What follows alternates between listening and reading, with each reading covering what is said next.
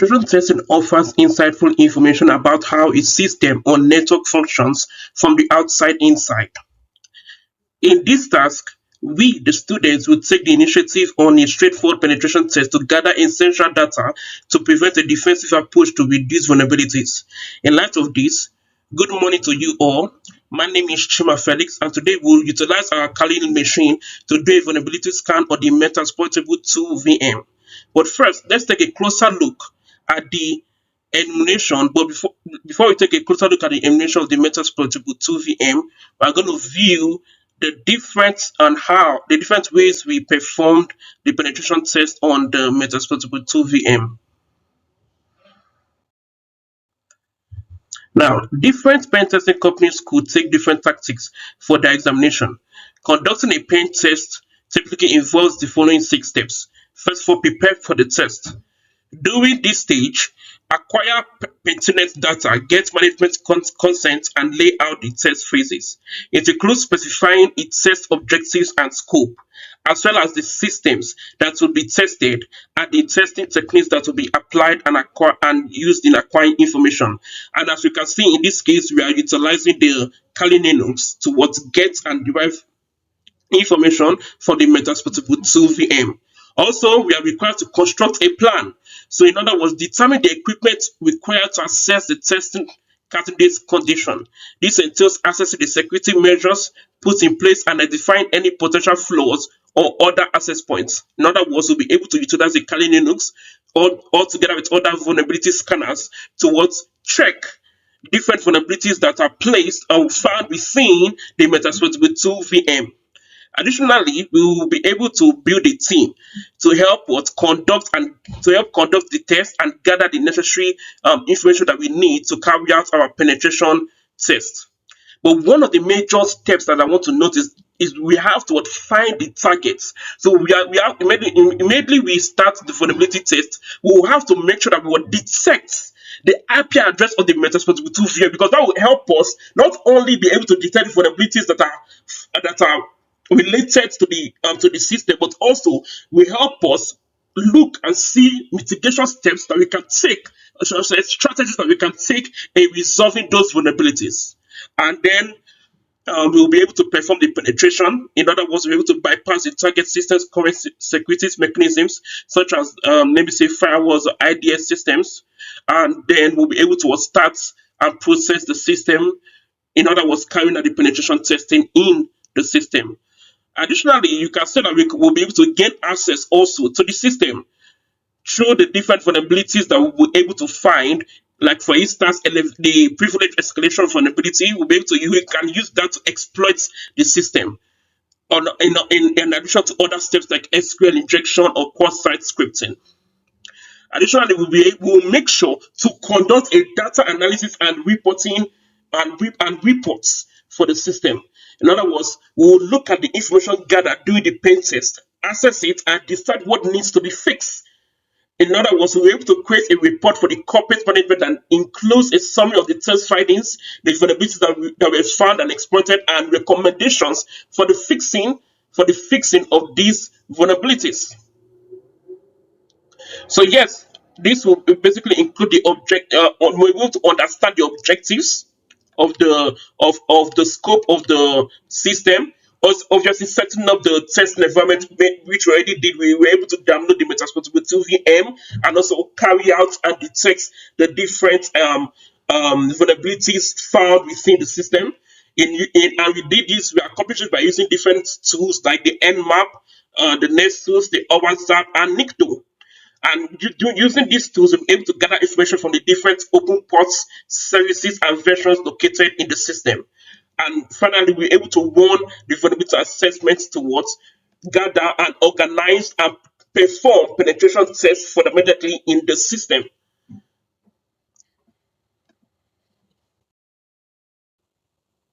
Now, penetration testing, also known as pen testing or ethical hacking, is a security procedure that involves examining the applications on your computer system for flaws and potential exposure to threats like hackers and cyber attacks. Now, software problems, design flaws, and incorrect configuration are a few examples of vulnerabilities. Pen tests can be run on IP address ranges. certain programs, or even just based on the name of a business. Now, companies can learn more about the various ways hackers can access sensitive and or personal data without authorization or carry out other types of harmful activities that can lead to a data breach by identifying weak points in a system's defense through a simulated attack. Additionally, data breaches can cost firms a great deal of money depending on what your business is trying to test. An attacker's level of access will vary. Penetration tests are essential to a company's security primarily because they teach employees how to respond to various types of intrusions from malicious parties. Pen tests allow you to check whether a company's security procedures are working. Now, for businesses, they act as a sort of fire drill. In addition to helping firms prevent and identify intruders, penetration testing can also offer strategies for effectively removing such an intruder from their system. Pen tests also help you determine which channels in your business or application are most vulnerable, as well as what additional security tools and procedures you should buy or you should purchase.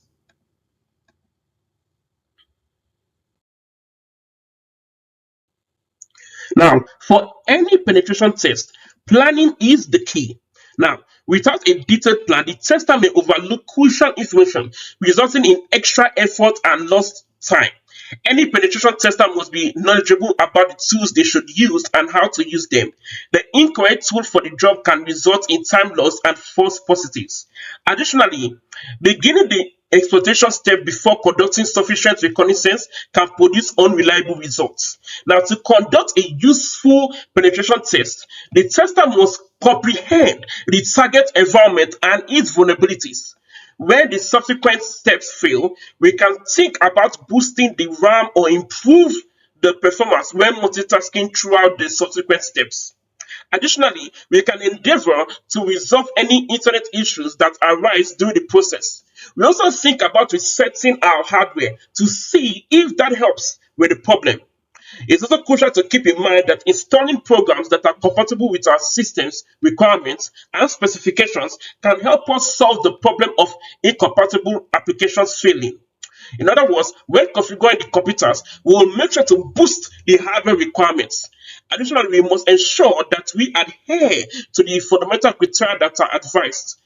We will also make sure that the Kali Linux and Metasploitable 2 VMs networks are properly configured to help prevent any coding errors. This is exactly what we should do. And in other words, it's also crucial to remember that we can make sure to update and install the most recent terminal configuration before utilizing these different devices, which is Kali Linux and Metasploitable 2 VM. We can also say that if the penetration testing did not go according to plan, we could manage it by employing several methods to try to exploit the system. We would look for additional system weaknesses and investigate hacks to take advantage of them.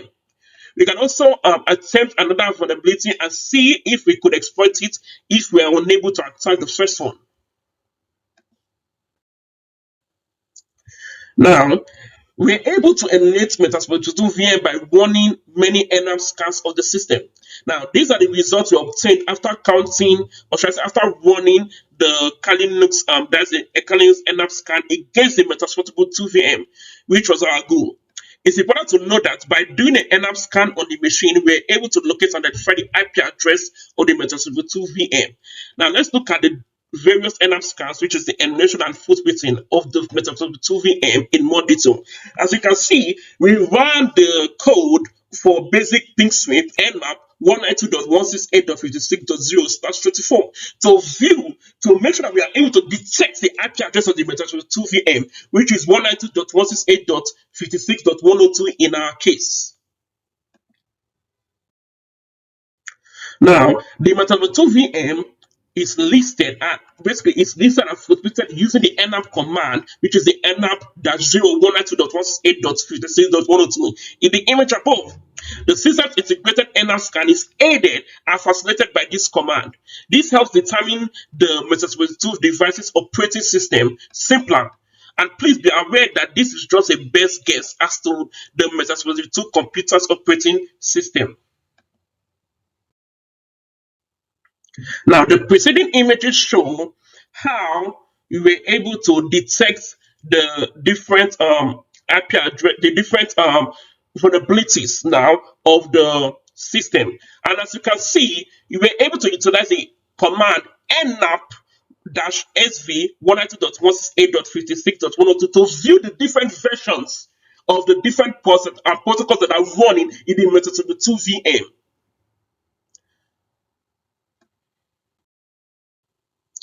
Now, additionally, we were able to utilize different commands to carry out different nap scans. And you can see one of the commands we utilize is the nap-p a 192.168.56.102. This was one of the commands that we used also to carry out footprint and enumeration of the system.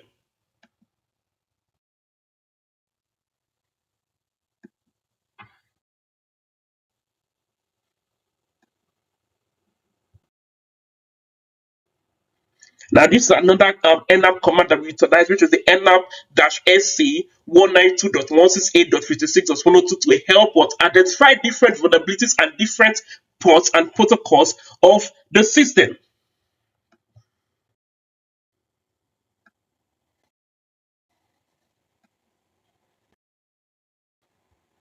And we also utilize the command nap-v-sss 192.168.56.102 to carry out different intrusive scans of the system, basically highlighting the different scripts that we can find within the MetaTrader 2 VM.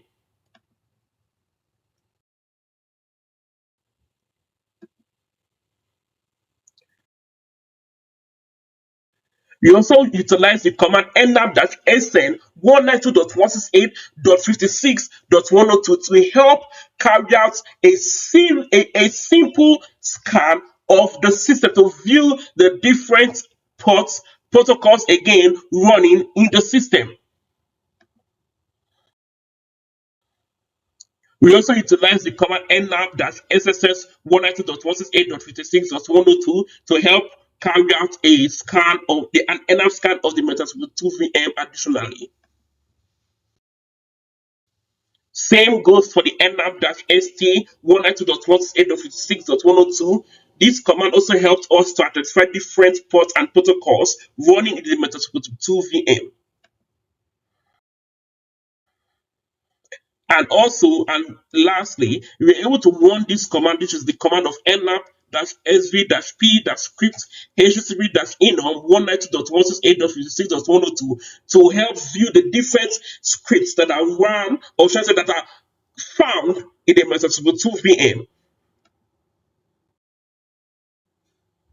Now, the screenshot shown above demonstrates how Kali Linux uses Nikto to look for various vulnerabilities inside the MetaTrader 2 VM. The Kali Linux command line interface was used to enter the command Nikto-h 192.168.56.106 in order to locate and identify various vulnerabilities in the MetaTrader 2 VM. Additionally, we were able to identify a few vulnerabilities after running this command. Now, as seen in the screenshot above, you can see that we have vulnerabilities like cross-site tracing, or should I say cross-site scripting additionally. We also had absence of anti-click tracking, X-frame, absence of click tracking, X-frame options header, and the X content type options header. These are just a few vulnerabilities we're able to view utilizing the Nikto scan. Now, the next vulnerability scanning tool we'll look at is the OWASP. Now you can see after running the OWASP against the OWASP tool against the MetaTrader 2 VM, we're able to detect again additional vulnerabilities. We can see there we're able to detect the hash disclosure, also path transversal. These are different vulnerabilities we're able to identify using the OWASP scan. And we'll be able to view some additional image, seeing the different vulnerabilities via the descriptions they have. For instance, you can see right there for the hash disclosure is a high what critical is a high critical vulnerability level basically. So this is where basically it requires more attention where we are trying to mitigate these different vulnerabilities in our different organizations. So, these are just some of the vulnerabilities we're able to identify utilizing the OWASP tool. You can see right there, we also have the CSRF vulnerability, the SQL injection vulnerability. Different other vulnerabilities highlighted using the OWASP tool.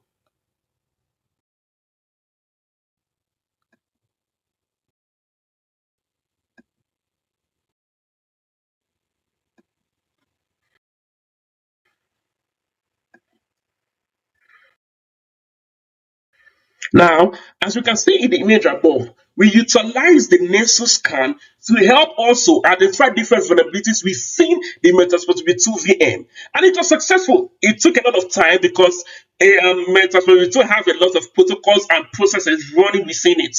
But we're able to identify 3 critical, 4 high, 18 medium, 5 low, and 73 informational vulnerabilities in the Metasploit 2 VM. So you can see really we were able to gather all these vulnerabilities and identify them and categorize them within their levels. We can view, you can see there we have different vulnerabilities like the PHP, my admin vulnerability. You also have the Apache 2 vulnerability. We also have, as we mentioned previously, we have the cross-site scripting vulnerability, the cross-site tracing vulnerability. These are different vulnerabilities we additionally identified using the Nexus scan against the Metasploit 2 VM. You can see, just like we said, this is the PHP my admin prior to 4.8.6 SQLi vulnerability. In other words, an basically an authenticated remote attacker can exploit this to inject or manipulate SQL queries in the back-end database, resulting in the disclosure or manipulation of arbitrary data. And the solution is highlighted there. For us to basically solve this vulnerability is to upgrade to the PHP My Admin 4.8.6 or a later version. We can also see a vulnerability called CGI, generic remote file inclusion.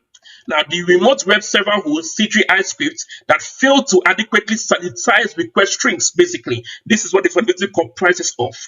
An attacker may be able to include a remote file from a remote server and execute arbitrary commands on the target host. And you can see that the solution is right there. It basically is to restrict access to the vulnerable application and contact the vendor for a patch or upgrade. We can also see an additional vulnerability right here, which is called the Apache PHP CGI remote code execution. This is part of the PHP my admin family of vulnerabilities, in other words. And you can see it compares basically the PHP installation on the remote web server contains a flaw that could allow a remote attacker to pass command line argument as part of a query string to the PHP CGI program. This could be abused to execute arbitrary code, review PHP source code, cause a system crash, etc. So this is what the vulnerability comprises of. And again, the solution is to upgrade to PHP 5.3.13 or 5.4.3 or again a later version. These are just different, and an additional vulnerability called Apache Tomcat is one of the vulnerabilities we also got after running the Nexus scan against the Metasploit 2 VM. Against other vulnerabilities, you can see that criteria and category.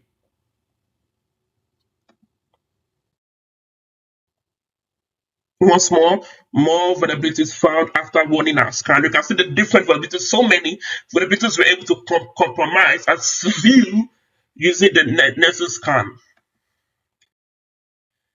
Now, an organizational capacity to defend its information and information systems against online attacks is assessed through a cybersecurity risk assessment.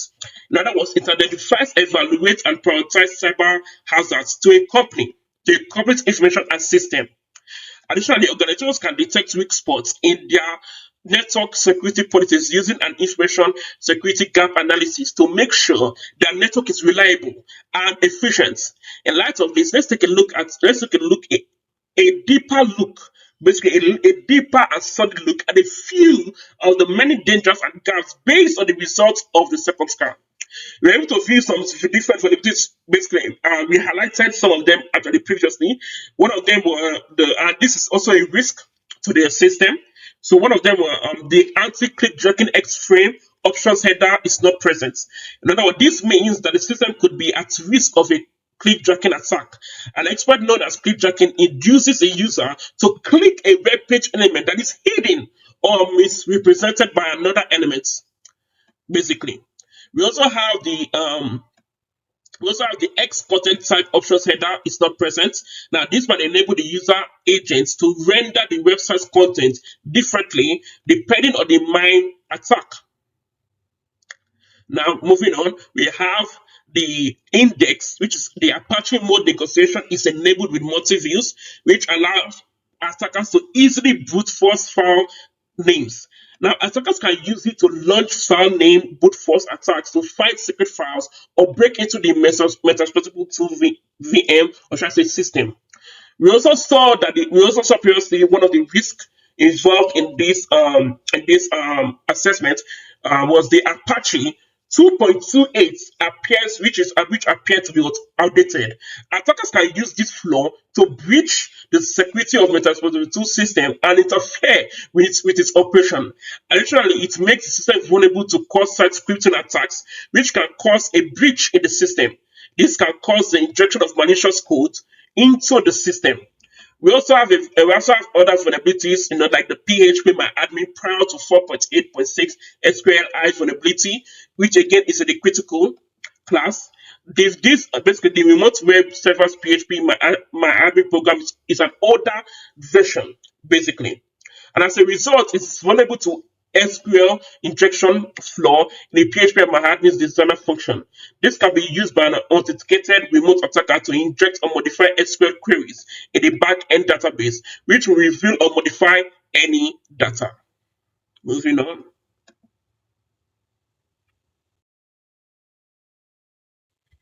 Okay, utilizing security procedures and policies to lessen the total risk or impact of a cybersecurity threat is known as cybersecurity risk mitigation. Risk reduction in cybersecurity can be broken down into three parts: prevention, detection, and remedy. The organization's cybersecurity risk mitigation measures will need to change as fraudsters' tactics get more sophisticated if you want to keep the upper hand. In light of this, let's examine the many mitigation strategies we suggest to help address the various vulnerabilities. In other words, we can set one of them is that we can set the CSP header with the frame ancestors directive and the X-frame options header on the web server to help prevent the vulnerability called the anti-clickjacking X-frame options header is not present. Now, for another way we can do this is to also make sure that we utilize web application firewall technology, and we also verify and sanitize user inputs. All of this will help in identifying and mitigating, most especially mitigating the different vulnerabilities we have highlighted previously. Now, furthermore, maintaining system and software updates using strong passwords, reducing the attack surface, setting up network access controls, and installing and running firewalls are some further countermeasures to mitigate vulnerabilities. Now, here are a few more actions that can be taken to lessen the overall vulnerabilities in the Metasploit 2 VM. Now, the vulnerability may be fixed according to our theory by updating PHP MyAdmin to the most recent version, which is version 5.2.1. Also, updating the system is one of the main countermeasures in mitigating different vulnerabilities found within the system. In other words, update every piece of system software, including PHP, Samba, and VS FTPD. Now, restricting and limiting access to vulnerable and unsecured websites is also a countermeasure that we can also grab at heart. Updating and upgrading several software programs, applications to their latest iterations and versions is also part of one of the countermeasures we can highlight in this category. One of the countermeasures is also to utilize a firewall to filter traffic and secure ports. In other words, make sure that password policies call for more sophisticated passwords that are updated frequently. We also took care to come up with ways to upgrade the system to a more recent version of Linux that receives regular security and maintenance upgrades. Here are some of our expected and unexpected outcomes. We expect that we will be able to effectively safeguard the system from future threats while also lowering the likelihood and impact of a successful cyber attack. Now, most of the vulnerabilities will not only be addressed but also patched. Attacks utilizing constant tracing and constant scripting won't be able to harm the machine. Additionally, mind sniffing flaws will not be able to access it. Current attack vectors will be reduced. Vulnerability scans will show fewer results after the application of the mitigation countermeasures. Now, these are just our expected results after we're trying to mitigate the different vulnerabilities we highlighted previously. So these are just some of the some of the expected results that we want to make sure that we have at hand. Now, a risk assessment is the best place to begin in this scenario. You can then identify and rank the assets according to their risk to the different organizations. The process of identifying vulnerabilities must then be started. Typically, vulnerability identification entails vulnerability discovery through penetration testing or vulnerability scanning. The objective of either approach is to find any security flaws so they can be ranked and fixed. After conducting all of these scans, we concluded that while the process and goal of each scan are somewhat different, it is still a security assessment of our system, and the primary objective is to identify any open weak points and vulnerabilities that need to be fixed to create a stronger system that can withstand any potential attack. In light of the foregoing, the following are some of the techniques employed in vulnerability mitigation. Some of the techniques include conducting a cybersecurity risk assessment, establishing network access controls, implementing firewalls and antivirus softwares within the system, creating a patch management schedule, continuously monitoring network traffic, and also building an incident response plan. Furthermore, let's examine more closely a few further tactics for establishing mitigation of the vulnerabilities found in our scans and hardening the system. Now, a group of methods, strategies, and best practices known as systems hardening are used to lessen vulnerability in software, hardware, infrastructure, firmware, and other components of technology. Systems hardening aims to lower security risk by removing potential attack routes and reducing the attack surface of the systems. Attackers and viruses have fewer opportunities to establish a foothold within our IC ecosystem by deleting unnecessary programs, accounts, functions, applications, ports, permissions, and so forth. Firewall configuration can be part of system hardening. As browsers begin to look at the responses content rather than the content type header to determine the actual MIME type of a web resource, the system will become more secure. Additionally, since the website will no longer allow XSS assaults to load pages, an attacker won't be able to get around the same origin policy, which separates various websites from one another and thereby hardens the system. Here are some methods by which the strategy lessens risk and fortifies our system. Securing and protecting wireless, or should I say remote access points. Securing, blocking any open network ports that aren't being used. Turning off, disabling, and eliminating unnecessary pointless protocols and services. Updating and upgrading the machine. Encrypting network traffic and firewall, and utilizing firewall configuration. Furthermore, implementing web application firewalls, security patch updates frequently to keep the system current, user input validation and sanitization to ensure that user supplied inputs and query strings are properly validated and sanitized. And finally, implementing access control policy to ensure that only users who have access to the system are properly authenticated.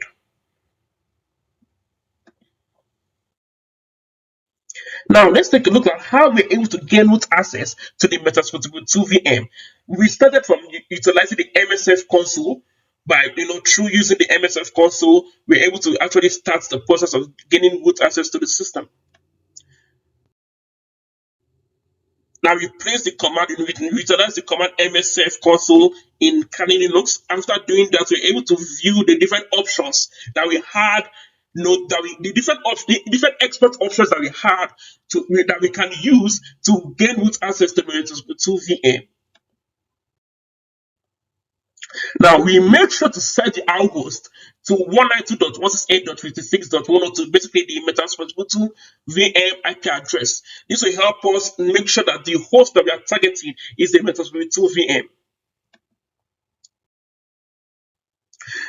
We also saw that after setting the our host to the Metasploit 2 VM IP address, we made sure to employ the command exploit to make sure that to start the process of the exploitation of the system. And as you can see, it was a success. We were able to gain root access to the Metasploit 2 VM easily and quickly using these different steps that we just mentioned previously and now. After that, we had to make sure to add a user. In adding a user, we utilize the command usr user add Felix, because that's the user we wanted to add in the Metasploit 2 VM. And so, as you can clearly see, after adding the user, we made sure to set up a password for the user, which is also Felix in this case. After setting the user, we made sure to give the user root privileges for the Metasploit 2 VM. This will help the user be a root user in the Metasploit 2 system. As you can see, it was a success. We were able to log in successfully using the created user, that is Felix, using the created user Felix into the Metasploit 2 VM. It was a success after basically imputing the username Felix and also imputing the password Felix.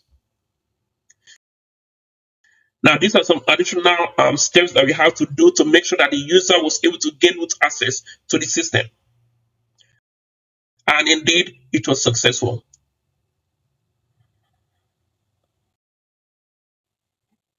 Now, in order for us to start our process of making changes to the Metasploit 2 VM, we make sure to log in to the Metasploit 2 VM using the MSF admin as the username and password, as you can see above.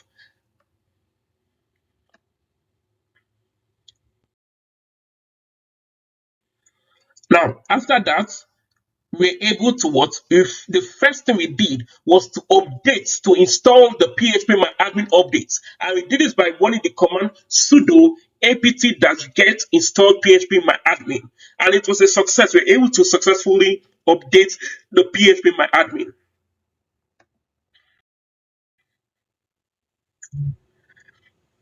And there's an additional image proving that we actually ran the command and it was a success.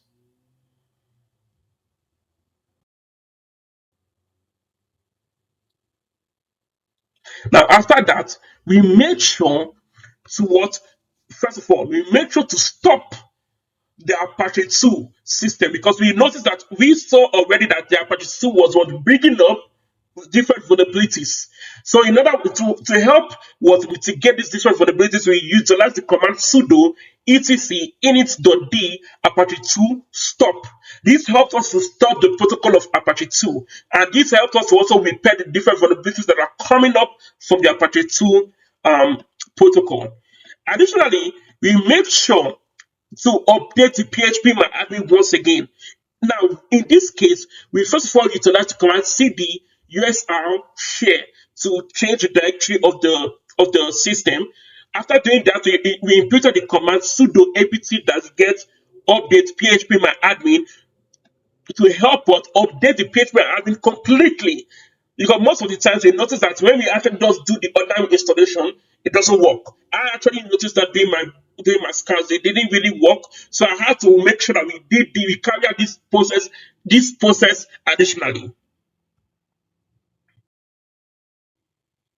After doing that, one of the other changes we made was to remove some services. In this case, we made sure to remove the telnet and SMTP services by using the command update-rc.d -f telnet remove, and also update-rc.d -f SMTP remove. But one thing also is important to note, we're able to utilize the command sudo apt-get updates to update the system completely. And you can see there, that's how we're able to update the system. Right there, we inputted the command sudo apt-get updates. Now, is once another change we made, and it's very, very important to note, we're able to enable the firewall. Now, the firewall was we're able to enable the firewall using the code UFW enable. This helped us to what obviously run the firewall to help mitigate again different vulnerabilities in the system. But we have to make sure to give and set some rules. In other words, we have to set some different rules to help allow different services still be able to run. For in this case, we're able to run the SSH service and also the HTTP service by utilizing the command UFW allow SSH and UFW allow HTTP.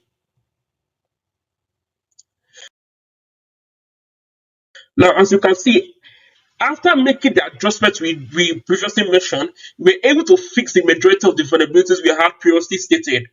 There was only one, which is the Apache Tomcat SCOL vulnerability. That was the only sole critical vulnerability that we found after carrying out all the adjustments that we made previously. But aside from that, we were able to fix all other flaws we had previously mentioned, including the PHP flaw, the Apache PHP CGI remote code execution flaw, the CGI generic remote file inclusion vulnerability, the telnet and SMTP flaws, etc. The list goes on. So you can see right there, that was only the vulnerability, the only critical vulnerability we're not able to mitigate or remediate in this case. But others, you can see clearly, we're able to mitigate the PHP, my admin, the CGI. It was good. It was a success. We're able to mitigate most of the vulnerabilities found within the system.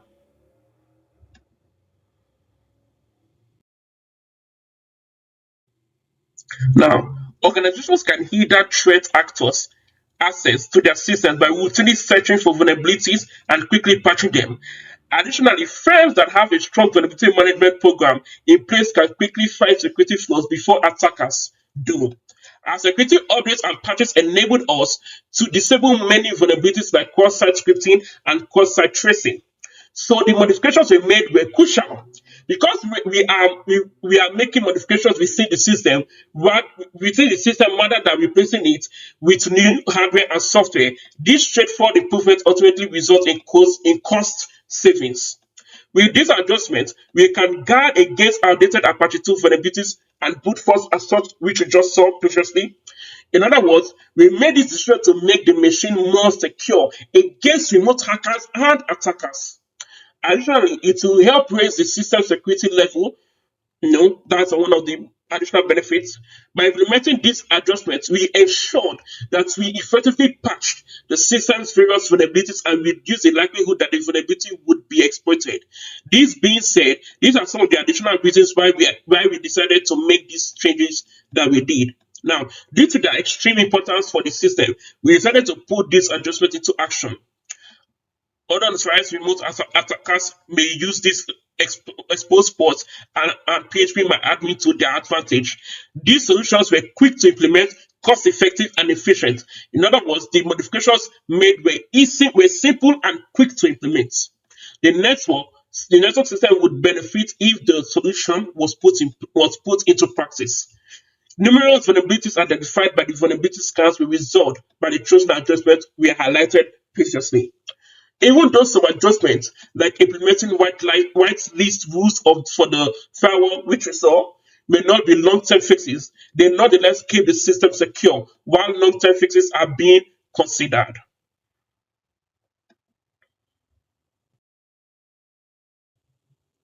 Now, the PHP Marathi vulnerability, the Apache 2 vulnerability, and other vulnerabilities were all fixed and mitigated as evidenced by the Nessus scans second iteration.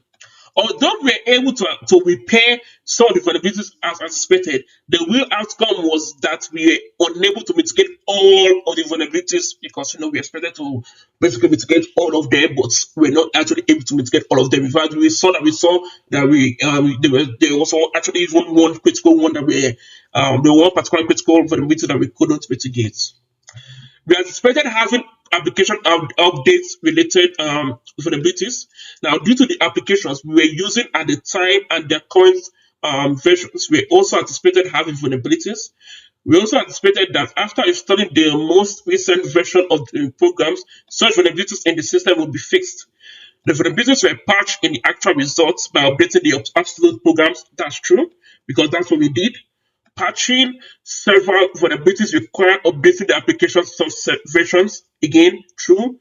Some vulnerabilities were fixed by limiting access to certain applications. Again, true. But one thing, we were unable to patch every single vulnerability because doing so would require consistent labor, in other words, workflow over time. Furthermore, the Nexus scan revealed a notable decrease in critical vulnerabilities, with the projected findings and actual results being rather similar. Due to updates, the use of the firewall program and the disabling of the Apache 2 vulnerability, the second Metasploit 2 scan revealed fewer vulnerabilities than the first. Now, system hardening will assist us in securing our operating system, firmware, network, databases, and other crucial components of our computer system. System hardening is crucial for security and compliance. It will play a significant role in our IT security plan.